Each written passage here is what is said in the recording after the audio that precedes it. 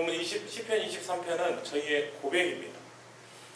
예전에 이 시편 23편은 너무나 아름다운 찬양으로, 아름다운 시로 생각을 했었는데 어느 순간 보니까 이 시편 23편이 저희의 삶에 적용이 되고 있더라고요. 그래서 어떻게 하나님께서 저희의 삶에 이 말씀을 적용을 시키셨는지에 대해서 오늘 함께 나누고자 합니다.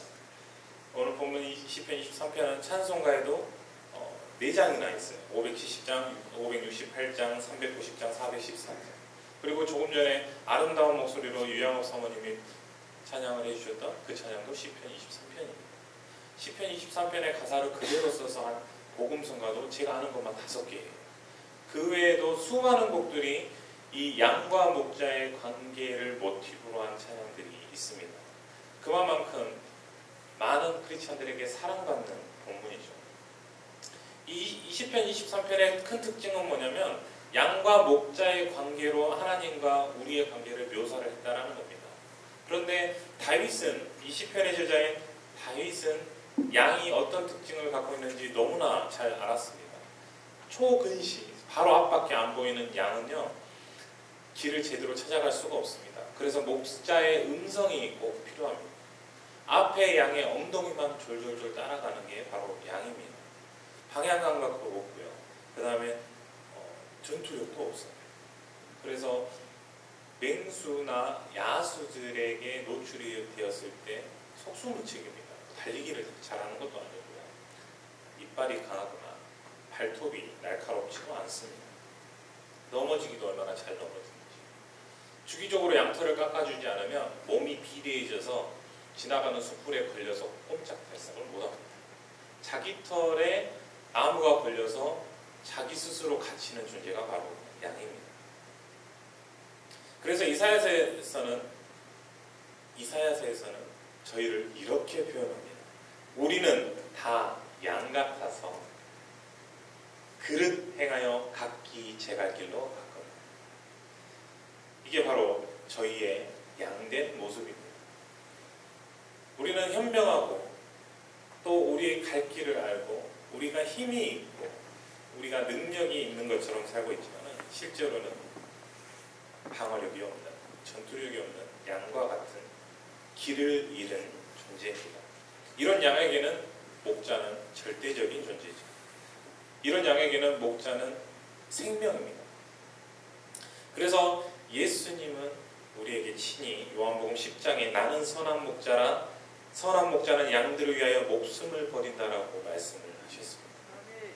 양 같은 우리들에게 바로 예수님이 목자가 되신다라는 겁니다. 또한 그 다음 14절에 요한복음 10장 14절에 한 번 더 말씀하십니다. 나는 선한 목자라 내가 내 양을 알고 양도 나를 아는 것이 아버지께서 나를 아시고 내가 아버지를 아는 것 같으니 나는 양을 위하여 목숨을 버린다. 양은 목자가 지켜주지 않으면 단 하루도 살 수가 없습니다.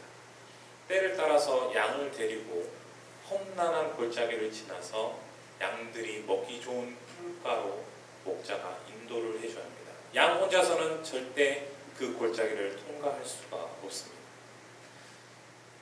양은 중심을 잘 못 잡기 때문에요. 빠르게 흐르는 시냇물에서는 물을 먹을 수가 없습니다. 그래서 쉴만한 물가, 잔잔한 물가로 가야지 물을 먹을 수가 있어요. 목자가 아니면 양은 살 수가 없습니다. 예전에는 제가 양인 줄 몰랐어요. 예전에는 제가 양인 줄 몰랐습니다. 여러분들도 사실상 본인이 완전한 양임을 자각하고 살기는 쉽지는 않습니다. 현대사회일수록 그럽니다. 왜냐하면 현대사회가 너무 편리하잖아요. 현대사회가 너무 발전이 돼 있어서 사실 하나님의 도움이 없어도 살 수 있을 것 같습니다. 하나님께서는 우리의 영적인 갈급함을 채워주시고 우리의 마음에 대해서 역사를 하시지 우리 실생활에 대해서는 조금 거리가 있어도 될 것처럼 보입니다. 현대사회가 사실 그렇습니다. 저도 물론 그랬죠. 물론 주님께서 주시는 힘과 주님께서 주시는 능력, 주님께서 주시는 건강으로 제가 잘 살았다는 것을 항상 알고 감사하지만은 주님께 온전히 맡긴다라는 경험은 사실 그전에는 못했습니다. 근데 선교지에 가니까 그 경험을 하게 되더라고요. 선교지에 가니까. 선교지에 가서 아내가 거의 근 1년 반 정도는 날마다 아파요. 머리가 아프고 배가 아프고 피부가 안 좋고 날마다 아프고. 그런데 라오스의 의료를 믿을 수가 없죠. 네, 제 부러진 갈비뼈를 보고 아름답다고 했습니다. 제가 넘어져서 병원에 가서 엑스레이를 찍었거든요. 근데 분명히 부러진 것 같은데 의사가 보면서 이상이 없다고 그냥 뼈가 참 아름답다 그러고 말더라고요. 그래서 뭔가 이상해서 라오스는 엑스레이 필름을 다 줍니다. 사진을 찍어가지고 송인국 원장한테 보냈습니다. 나 뼈가 이상 있는 것 같은데 라오스 병원에서는 아름답다고 한다. 송인국 원장한테 보냈더니 송인국 원장이 핸드폰으로 표시를 해서 주더라고요. 여기에 금이 간 것 같으니까 조심해라 라고 보내주더라고요. 그런 라오스의 의료 현실을 알기 때문에 또한 말도 잘 안 통하잖아요. 네, 말도 편두통이 있어요. 그냥 머리가 아파 이 정도 표현을 하겠지만 편두통이 있습니다. 뭐 언제 어떻게 아픕니다. 자세히 설명이 안 됩니다. 저희가 할 수 있었던 것은 응급실도 뭐 어떻게 갈 줄도 모르고 절차도 모릅니다. 거기 가면 뭔가 무슨 카드를 만들고 얼마 전에 가서 알았지만 무슨 카드를 만들고 여기에 접수를 하고 그 다음에 어디에 가서 기다렸다가 이런 절차들이 있더라고요. 근데 그런 것을 저희가 할 수 있을 리가 없잖아요. 처음 갔을 때. 그래서 저희가 할 수 있는 건 기도밖에 없었어요. 그리고 저희가 가서 무슨 일을 할 수 있는 것도 아니잖아요. 그러니까 모든 것을 다 주님 앞에 기도할 수밖에 없었어요. 처음에 라오스에 갔을 때는 어찌나 필요한 게 많던지 불편한 게 굉장히 많더라고요. 그럴 때마다 주님 앞에 기도를 했죠. 여러분들에게 여러 번 설명을 드렸던 그 김치는 저희의 대표적인 자랑거리 중에 하나입니다. 저희가 김치가 떨어지기 전에 기도하면 항상 누군가를 통해서 주시는 주님. 그래서 오늘 본문 1절의 말씀처럼 여호와는 나의 목자시니 내게 부족함이 없으리로다. 이 말씀이 우리의 삶에 적용이 되더라고요. 근데 지금은 김치 달라 해도 안 주십니다. 왜냐하면 아내가 김치를 잘 담그기 때문입니다. 아내가 김치를 맛있게 담가서 주변을 나눠주기 시작한 다음부터 우리가 김치를 달라는 주님의 응답이 더 이상 없습니다. 한 번은 얼마 전에 저희가 시기가 조금 애매했어요. 왜냐하면 저희가 한국 갈 일정도 있고 그래서 김치를 담그기도 좀 애매한 시점에서 기도를 한번 해봤습니다. 안 주시더라고요. 그래서 근 5일 동안 김치 없이 살았습니다. 김치 외에도 여러 가지 주님의 채우심이 있었어요. 냉장고가 저희들 냉장고가 없다 보니까 저희는 임대집이잖아요. 그러니까 냉장고가 엄청 작아요. 그래서 김치 몇 개 넣으면 터집니다. 그래서 정리를 엄청 잘해야 돼요. 냉장고를 하나 사야 되겠다라고 알아봤는데 중고를 알아보는데 잘 안 나오더라고요. 잘 안 나와서 왜 안 나오지? 우리 한국 갔다 와서 사자. 그리고 작년에 저희가 왔다가 들어가고 나서 냉장고를 알아보는데 저희가 찾는 그 냉장고가 안 나오더라고요. 저희가 작년에 한국에 왔을 때 저희 짐을 어떤 한 집사님 집에 맡겼어요. 왜냐하면 그 집사님이 이제 한국으로 오시려고 집이 빈다고 했었거든요. 근데 저희가 다시 들어갔을 때 그 집 계약 기간이 약 한 달 반 정도 남아있는 빈집이라서 그 집에서 저희가 생활할 수가 있었습니다. 다행히도 저희가 새로운 집을 구하기 전까지 그 집에서 생활을 할 수가 있었어요. 그 집이 없었으면 저희는 이제 게스트하우스 같은 데를 전전했겠죠. 그 짐들을 다 들고요. 다행히 주님께서 그 집에 예배해 주셔서 너무나 큰 2층에 방이 5개 엄청 큰 집인데 청소가 안 돼 있어서 저희는 거실 한 구석에 꼭 나라 잃은 난민처럼 그렇게 생활을 근 한 달 동안 했었습니다. 그 집에 이제 보통 한국 사람들이 철수를 할 때 집에 있는 가전이나 그런 것들을 한국으로 들고 갈 수 없기 때문에 전부 다 팝니다.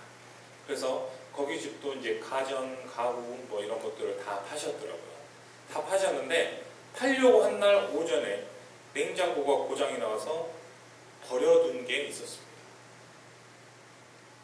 그 집사님이 이게 고장이 나가지고 뭐 돈이 많이 든다 해서 그때 안 팔았는데 혹시 고쳐서 쓰시려면 쓰세요라고 하더라고요. 그래서 좀 뭔가 느낌이 이상했어요. 이거 왠지 주님 사인인 것 같은데 라는 느낌이 있었습니다. 그래서 저는 냉장고를 청소부터 했습니다. 고쳐질지 안 고쳐질지 모르지만 딱히 할 일도 없었어요. 저희가 그곳에서 인터넷도 안 되지, 뭐 집부터 알아봐야 되지, 그리고 저녁에 8시 되면 자리 깔고 누웠습니다. 할 일이 없고 저녁에 할 게 없어서 저희 집도 아니잖아요. 남미처럼 사니까 무슨 할 일이 있었겠어요. 그런 와중에 저는 냉장고 청소부터 했습니다. 정말 냉장고 청소 오래 걸리더라고요. 냉장고 굉장히 좋아요. 이렇게 크고 양문형 사는 것보다 고치는 게 더 많이 든다 해서 버려놨던 것을 청소를 다 하고요. 저희가 새 집으로 이사를 올 때, 집을 정해서 이사를 올 때 과감하게 들고 왔습니다. 버릴 수도 있는데 못 고칠 수도 있는데 과감하게 들고 왔어요. 과감하게 들고 와서 냉장고 수리 아저씨를 불렀습니다. 한국 돈으로 3만 원에 고쳤습니다. 그냥 팩이 나가는 거죠. 그런데 이상하게 그 물건들을 다 파는 날 오전에 고장이 나고 누군가 와서 점검을 했는데 30만 원이 넘게 견적이 나왔던 거예요. 그런데 저희는 3만 원에 고쳐서 아직까지 잘 쓰고 있습니다. 네. 우리의 필요한 것을 하나님께서 기가 막히게 채우시더라고요. 오늘 본문 2절에는 그가 나를 푸른 풀밭에 누이시며 쉴 만한 물가로 인도하시는 도다 라고 기록이 되어 있습니다. 하나님께서 저희의 쉴 만한 공간을 마련해 주시는데 물론 이 부분도 개입이 되었습니다. 저저번주 수요일에 제가 설교를 했기 때문에 자세한 내용은 약간 생략을 하고 새로운 내용을 좀 추가를 할 건데요. 궁금하시면 그 단톡방에 mp3 올라가 있잖아요. 다시 들으시면 됩니다. 저희가 기도하던 그 집이 정확하게 나타났습니다. 그 전부터 아내가 자꾸 화장대 노래를 불러서 화장대를 알아보러 다녔었거든요. 근데 적당한 게 없더라고요. 라오스는 그런 화장대 문화가 없는 것 같아요. 또는 엄청 비싸더라고요. 야, 이것을 이 돈 주고 사서 어떻게 이사 때마다 들고 다니냐 하면서 약간 보류해 놨다. 그 집에 화장대가 이렇게 큰 게 있습니다. 기본 기가 막히지 않습니까? 화장대 보고 아내가 너무 좋아하는 거예요. 저는 속으로 그랬죠. 아, 돈 굳었다. 돈 굳었다. 그런 우리에게 꼭 필요하고 너무나 정확하게 맞았던 그 집. 한 가지 문제는 가격이었죠.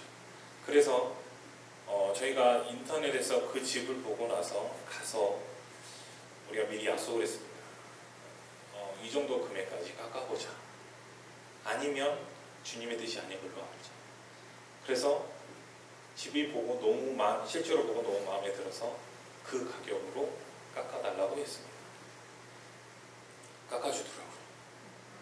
그런데 뭔가 미심적인 거예요. 왜냐하면 대부분 라오스에서는 조금씩 깎아주니까 1년 계산을 하면 보통 깎아주니까 미심적인 거예요. 그래서 그 집을 보고 나서 생각해보겠다고 하고 한 번 더 연락을 했습니다. 한 번 더 깎아보자. 한 번 더 그 전에 했던 금액보다 한 60만 원 정도 한 번 더, 아니 100만 원 정도죠. 100만 원 정도를 한 번 더 깎아보자. 그래서 이 사람이 보통은 2번은 잘 안 깎아주는데 이 사람이 깎아주면 하나님의 응답으로 알자라고 약속을 하고 한 번 더 깎아달라고 이야기했습니다. 관리인은 주인에게 한 번 더 물어본다라고 답장을 했어요. 그런데 기다려도 대답이 안 오는 거예요. 그 집이 너무 마음에 드는데 그 집은 안 깎아줘도 살고 싶은데 안 오는 거예요. 기다리다 둘이 할 일 없으니까 기다리는 것밖에 없잖아요. 그 난민 같은 집에서 매트리스 위에서 오래된 거 끌어다가 이불 덮어서 그 위에서 앉아서 둘이 기다리다가 그냥 안 깎아줘도 들어간다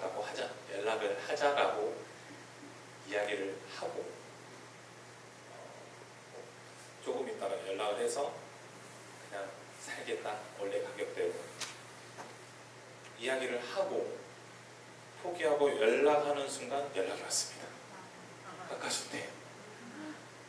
이거 주님이 준비하신 집이구나 하고 지금 집에 들어갔습니다. 주님께서 우리를 푸른 풀밭에 누이시고 실만한 물가로 인도를 하셨어요. 그 집이 너무나 마음에 듭니다. 저희가 마음껏 찬양할 수 있어요. 저희가 어떤 모임을 해도 보호가 됩니다. 아주 안전해요. 수희 아저씨가 있는 집이에요.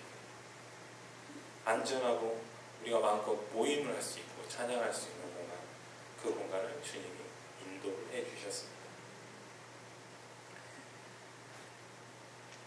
사실 선교에 갔던 지금 이제 4년 차인데요. 1년, 2년 차 동안에는 끊임없이 주님, 저희가 할 수 있는 게 없습니다. 주님, 저희는 무능합니다. 무익한 종입니다. 이런 고백을 끊임없이 했던 것 같습니다. 사실상 할 수 있는 게 없더라고요. 또 주님이 아니면 살 수가 없더라고요.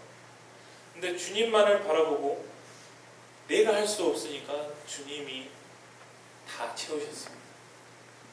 저희를 건강하게 지키셨고 필요한 것들 다 채우셨어요. 또 적당한 길로 항상 인도를 하셨습니다. 주님이 목자 되었던 그 삶의 경험입니다. 지금은 라오스에 사실 잘 살고 있습니다. 네, 라오스에서 적응 잘하고 사실 한국보다 사는 게 더 쉬울 수도 있습니다. 말도 잘 통하고요. 아는 사람도 많이 생기고요.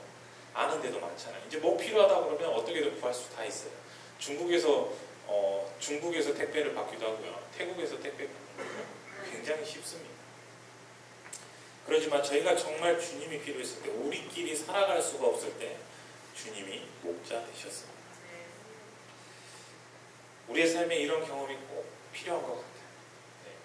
물론 일부러 그럴 필요는 없겠지만은 주님이, 우리가 주님 앞에 온전히 의지했을 때 주님께서 완벽하게 역사하신다는 것을 우리의 삶의 간증으로 남길 필요가 꼭 있다고 생각을 합니다. 오늘 본문 다 같이 3절, 본문 3절 다 같이 읽겠습니다. 내 영혼을 소생시키시고 자기 이름을 위하여 의의 길로 인도하시는 주님이 우리의 영혼을 소생시키시고 우리를 회복시키는 과정에 대해서는 전에 설교를 여러 번 했기 때문에 따로 설명을 안 드려도 될 것 같습니다. 주님께서 주님의 이름을 위해서 의의 길로 인도를 하시는데요.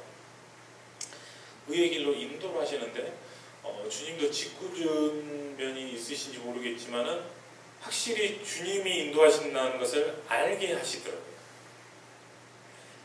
재작년 12월에 제가 현지교회 가서 앉아있을 때 한숨밖에 안 나오더라고요. 이 찬양단 가서 악기를 뺏어버리고 싶다. 앰프를 꺼버리고 싶다. 왼쪽에 앰프의 스피커에서는 조정이 잘못해서 또 과부하가 돼가지고 안에서 막 불꽃이 튀고 있는데 음악 소리는 굉장히 듣기가 힘들고 찬양 못하는 것은 말이 뒤도 아니니까 적응이 됐습니다. 이들에게 롤 모델이 필요하겠다. 이들에게 라오스인으로 된 모범적인 찬양단이 필요하겠다 라는 마음을 주님께서 강하게 주셔서 그때부터 기도하면서 준비하기 시작했습니다. 때마침 어떤 선교사님이 라오스에 한국의 마커스를 만들고 싶다 라는 말을 해주셔서 주님께서 이분에게도 마음을 주셨구나, 같이 하면 되겠다 라는 생각을 가지고 그분 포함 또 라오스어로 찬양 번역을 많이 하신 우리 전대 선배님이에요. 전대 선배님이 있어요. 그 선배님하고 또 음악에 굉장히 재능이 있고 음향 기술에 재능이 있는 굉장히 뛰어나신 선교사님까지 해가지고 진행을 하면 되겠다라고 계획을 세웠는데요. 그 모든 선교사님이 한 분도 협력을 안 해주시더라고요. 절망이었어요. 당연히 되겠다. 같이 하니까 부담도 많이 안 되고 그러니까 되겠다 싶었는데 다들 거절을 하시더라고요. 장소와 음향을 협조해 주시기 위해 했던 선교사님도 그때 시기가 이제 코로나 때문에 분위기가 어수선해가지고 한국 사람들은 더 조심하던 때였어요. 왜냐하면 라오스에는 코로나가 없지만 한국은 코로나가 많잖아요.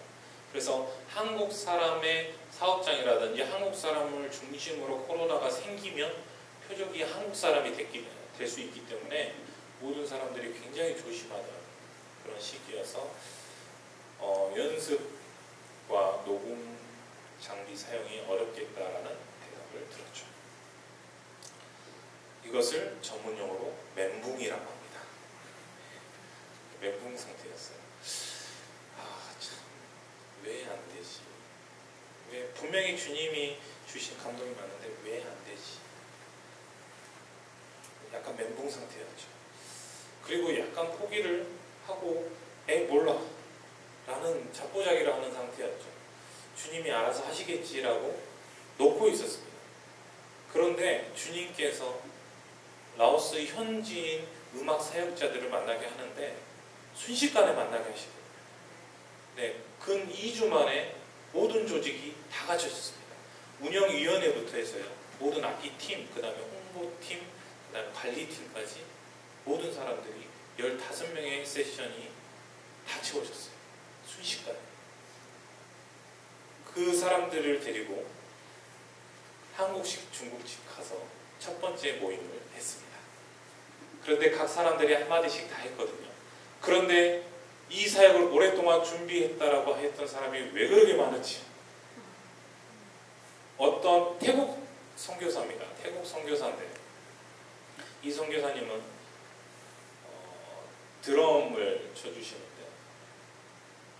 자기는 이 꿈을 가지고 시도를 했었대요. 근데 한번 실패를 했대요. 안 되더라는 거예요. 그래서 다시 시도를 해야지라고 준비를 하고 있었는데 저희한테 연락이 온 거예요. 그러면서 어떻게 나를 부를 생각을 했느냐 끊임없이 물어보더라고요. 아내는 이야기를 했죠. 저희 팀의 이름 따라 그것은 하나님의 뜻이었다. 이 사역을 이런 롤모델이 되는 찬양단을 준비했던 사람들이 속속들이 나타나는 겁니다. 아무 조건 없이 와서 협력하는 겁니다. 제가 멋있게 만들어놨던 이 사역 계획서, 플라타이 프로젝트 사역 계획서는 무용지물이었어요. 이 사역 계획서는 외국인과 한국 사람들을 위한 거였는데 전혀 무용지물이었습니다. 거기에다가 유럽의 어디죠? 스웨덴? 마크가 매튜가 어디였죠? 네, 스웨덴 선교사가 엄청 고가의 촬영 장비를 들고 와서 저희의 영상 촬영을 도와줍니다. 아무 조건 없이. 저랑 잘 알지도 못하는 사람인데 기꺼이 와서 도와줍니다. 녹음실은 애초에 녹음실이 캔슬이 돼서 녹음실을 알아가는데 라오스에서 가장 좋은 녹음실과 가장 실력이 좋은 엔지니어를 주님이 붙여주셨습니다. 그래서 한국의 서울만큼은 안 되지만은 그래도 태국하고는 붙어볼 만한 그런 퀄리티가 나와요. 태국 사람들에게는 라오스에도 이런 음악이 있다, 라오스 찬양이 있다라고 보여줄 만한 음악이 생깁니다. 연습실 또한 바로 전에 주님께서 저희에게 음악실을 널찍하니 주셔서 그곳에서 연습을 할 수가 있게 됐어요. 그곳에서 촬영도 하고 그곳에서 기도하고 예배하고 함께 연습하고 그런 공간이 완벽하게 준비가 되어 있는 상태였습니다. 제가 하려고 할 때 안 되는데 포기하니까 저는 포기를 하려고 했지만 주님은 주님대로 일을 해가셨고 주님은 계속 일을 이루시더라고요. 제가 앞서가는 게 아니라 주님이 앞서가시는 사역이었습니다. 여러분들께서 저희를 위해서 기도를 해주셔야 되는 것은 무엇이냐면 첫 번째는 저희가 주님을 앞서가지 않도록 제가 막 해놓고 주님 도와주세요, 따라와 주세요, 주님 역사해 주세요가 아니라 주님이 일해 가시고 저희가 그 길을 따라가도록. 저는 확신이 있습니다. 이런 경험들을 하면서 한 가지 확신은 뭐냐면 내가 없어도 사역은 된다 합니다. 내가 없어도 주님의 일은 이루어진다. 그러면 주님의 일을 이루시는데 그 중요한 자리에 내가 있을 것이냐 다른 사람이 있을 것이냐 이 문제가 있는 거죠. 그 자리에 저희가 있도록 기도해 주십시오. 그 자리에 저희가 배제가 되지 않도록 다른 사람을 통해서 하나님께서 일하시는 게 아니라 그 자리에 우리가 쓰임받도록 기도해 주시기를 부탁드립니다. 4절 함께 읽겠습니다. 4절 내가 사망의 음침한 골짜기로 다닐지라도 해를 두려워하지 않을 것은 주께서 나와 함께 하시니라. 주의 지팡이와 막대기가 나를 안위하시나이다. 사망의 음침한 골짜기, 불안에 떠는 시기도 물론 라오스에도 있습니다. 왜냐하면 핍박의 소식이 한국에서는 들을 수 없는 핍박의 소식이 연일 들려왔었거든요. 북부 지역은 시골 쪽으로 갈수록 핍박이 심합니다. 그쪽에 교회 3개가 강제 폐쇄가 되고 안에 집기들을 다 내다가 버리고 성도들은 거기 앞에서 대성통곡을 하고 제가 그거 보고 어찌나 마음이 아프던지 저희랑 친한 목사님은 복음 전하다가 감옥 갔다 온 목사님도 있습니다. 젊은 목사님이에요. 나이가 저희랑 거의 비슷해가지고 친하게 지내는 목사님인데 감옥 갔다 온 목사님 또 라오스의 많은 목사님들이 과거 많은 고초를 겪었던 그리고 많은 사역자들이 사실 정부의 압박이나 핍박 가운데 사망의 음침한 골짜기에 가는 기분이 가끔 들 때가 있습니다. 하지만 그 안에 주님의 지팡이와 막대기가 확실하게 있습니다.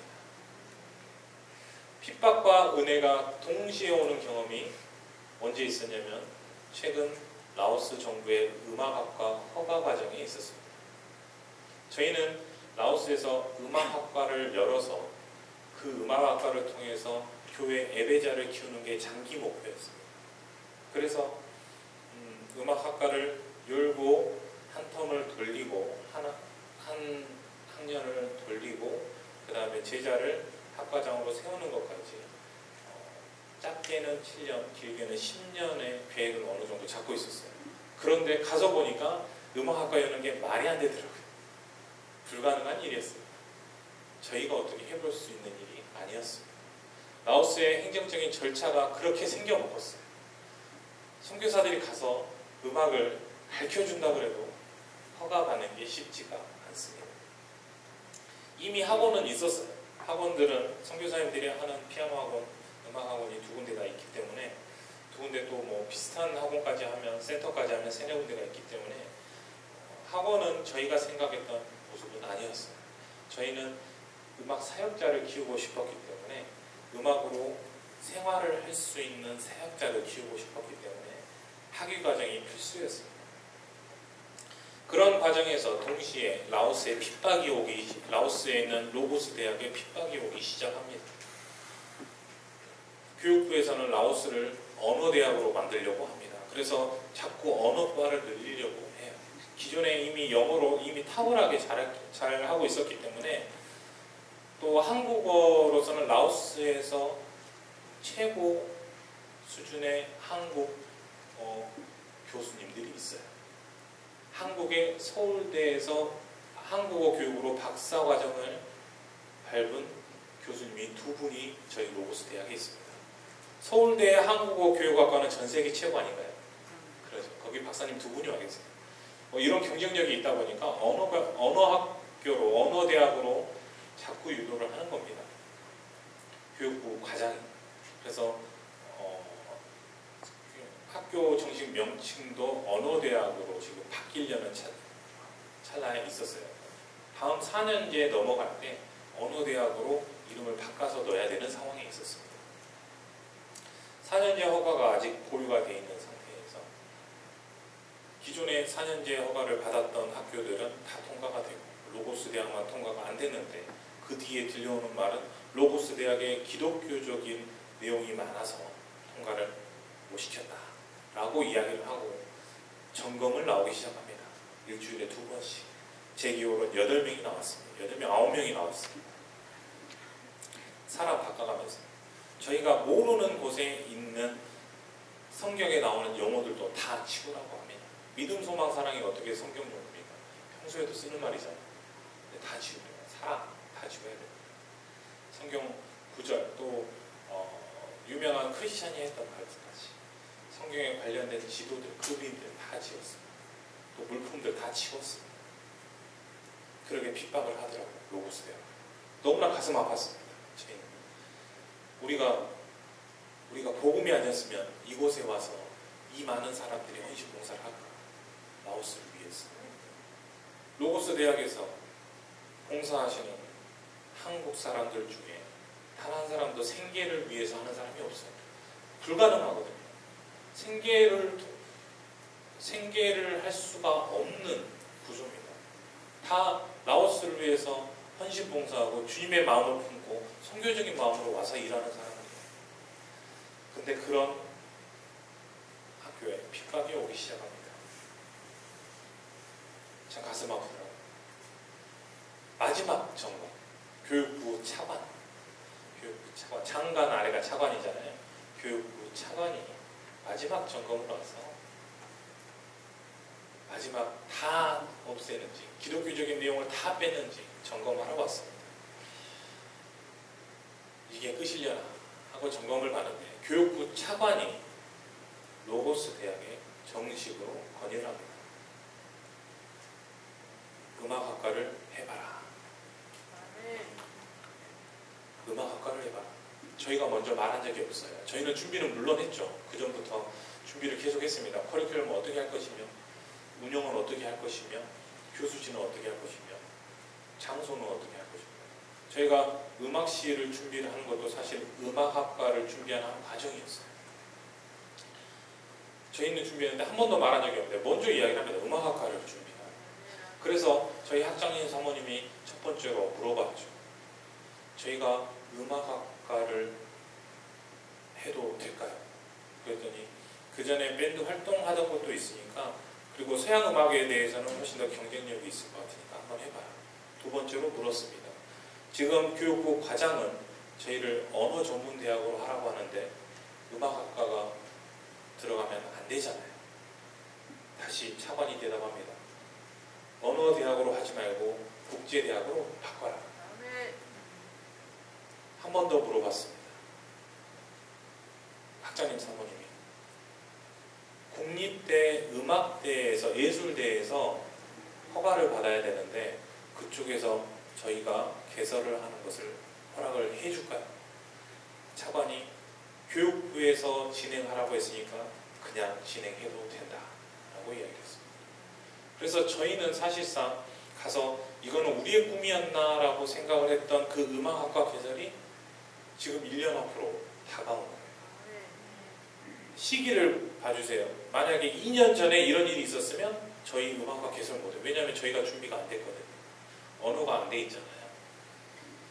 그리고 저희가 가르칠 수 있는 게 없고 또 교수진을 그 안에서 꾸릴 만한 인맥도 없는 상황이에요. 1, 2년 있다 했으면 저희가 많이 지쳤겠죠. 저희가 지금 이제 음악학과를 열어서 사역을 할 수 있는 준비가 되자마자 주님이 음악학과를 교육부 차관을 통해서 여시는 겁니다. 그래서 저희는 그 차관을 고레스 차관이라고 부르기로 했습니다. 성경에 보면 고레스 왕을 통해서 하나님께서 일을 하시잖아요. 고레스 왕이 하나님을 믿은 것처럼 보이지는 않지만 어쨌든 하나님이 고레스 왕을 사용하셨다라고 기록은 되어 있습니다. 그렇게 로고스를 핍박하러 온 사람을 통해서 주님의 일을 이루어가시더라고요. 저희가 하려고 해서 되는 게 아니라 주님이 일을 만들어가고 계셨습니다. 네, 이런 부분에 대해서 확실히 인정을 하고 나니까 무슨 일이냐면 마음이 너무 편해요. 네, 일이 안 돼도 괜찮습니다. 일이 멈춰도 괜찮습니다. 또는 실패한 것처럼 보여도 괜찮습니다. 왜냐하면 일은 주님이 해가실 거니까. 그래서 저희는 5절의 기록을 간절히 기다리면서 사모하고 있습니다. 5절 함께 읽겠습니다. 주께서 내 원수의 목전에서 내게 상을 차려주시고 기름을 내 머리에 부으셨으니 내 잔이 넘치나이다. 주님께서 어느 날인가 우리에게 착하고 충성된 종아 내가 너를 잘 사용했다 라고 칭찬을 해주시는 날이 있겠죠. 그날에 저희가 제외가 되지 않기를 간절히 바랍니다. 저희가 없어도 라오스에서는 분명히 음악학과가 생겨서 예배자를 키워낼 겁니다. 저희가 없어도 돼요. 왜냐하면 주님의 일이니까요. 그런데 그 일에 저희가 쓰임받기를 원합니다. 그리고 사실상 주님이 다 하신 거잖아요. 근데 저희에게 상을 주시니 얼마나 영광스러운 일입니까? 사실 주님 입장으로는 손해보는 장사죠. 일은 주님이 다 하시고 상은 우리가 다 받고. 이게 바로 예수님의 사랑입니다. 이게 바로 우리가 신앙을 가지고 낙심하지 말아야 될 이유입니다. 일은 주님이 하시고 상은 우리가 받고. 얼마나 좋은 일입니까? 그래서 6절의 고백이 우리의 삶에 계속 평생에 있어야 될 것입니다. 6절 함께 읽습니다. 내 평생의 선하심과 인자하심이 반드시 나를 따르리니 내가 여호와의 집에 영원히 살리로다. 내 평생에 주님의 선하심과 인자심이 있다. 이 고백 오늘 전체적인 저의 간증과 이어서 다른 말로 표현하면 어떤 말입니까? 내 평생에 선하심과 인자심이 있다. 다른 말로 하면 이런 겁니다. 일이 안 되더라도, 핍박이 오더라도, 실패한 것처럼 보이더라도, 내 힘으로 안 되는 것처럼 보이더라도 결국에는 주님이 이루어 가실 것이다. 결국에는 주님이 그 선하심으로 이루어 가실 것이다. 이 고백입니다. 이러한 믿음인 겁니다. 그래서 다윗이 마지막의 고백이 내가 여호와의 집에 영원히 살리로다. 여호와의 집에 영원히 살리로다. 목자와 양의 관계에서 집 안에 사는 이미지로 넘어옵니다. 이 넘어오는 이 과정들을 한번 보시죠. 목자의 품 안에, 목자의 보호 아래 있는 양들이 쫄쫄쫄쫄 가다가 사망의 음침한 골짜기도 지납니다. 지팡이와 막대기가 인도합니다. 그리고 주님께서 상을 차려주십니다. 그런데 여호와의 집에 영원히 거한대요. 이건 무슨 말이냐면 처음부터 끝까지 그 안이 다 여호와의 집이라는 겁니다. 우리가 양으로서 주님의 품 안에서 보호받던 때부터 음침한 골짜기를 지날 때, 또 원수의 목전에서 상을 줄 때 다 여호와의 집 아니라는 겁니다. 결국에는 우리는 이 안에서 엎치락뒤치락 하지만은 주님의 큰 집 안에 우리가 사는 겁니다. 그래서 우리가 걱정할 필요가 없는 거예요. 우리가 고민할 필요가 없는 겁니다. 우리가 실패했다고 좌절할 필요가 없는 겁니다. 왜냐하면 다 주님의 집 안에서 주님의 계획 가운데, 주님의 뜻 가운데 이루어져 가고 있으니까요. 여기에서 중요한 것은 순종인 것 같습니다.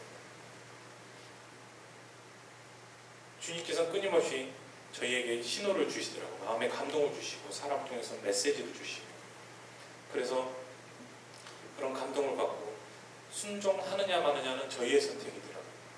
그래서 둘이서 항상 이야기를 합니다. 어떤 행사가 있어서 우리가 후원을 해야 되는데 얼마나 해야 되나, 각자 기도해보고 둘이서 생각했던 금액을 이야기한 다음에 그 중간 금액으로 합니다. 그게 이제 우리의 방법인데, 순종하느냐 마느냐 이 차이인 것 같습니다.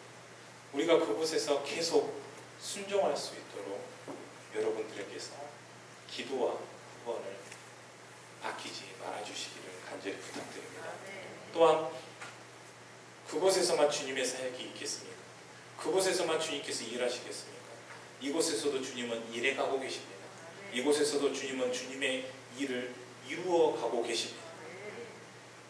그 일에 여러분들이 순종하셔서 귀하게 쓰임받는 여러분들이 되시기를 간절히 축복합니다. 기도하시겠습니다. 살아계신 하나님 아버지, 하나님께서 저희 부부를 라오스로 보내시고, 또한 그곳에서 목자가 양을 품듯이 우리를 품고 인도하여 주시고, 모든 어려움 가운데 견디게 하여 주시며, 또한 주님의 일들을 이루어 가시는 일을 주님께서 그 일들을 이루어 가시는데 우리를 사용하여 주시니 감사드립니다. 주님, 모든 일이 주님의 계획 가운데 있음을 고백합니다. 우리의 삶 가운데 어려움이 있더라도 주님의 선하심을 믿고 주님의 일이 이루어감을 믿고 주님 전 안에서 계속하는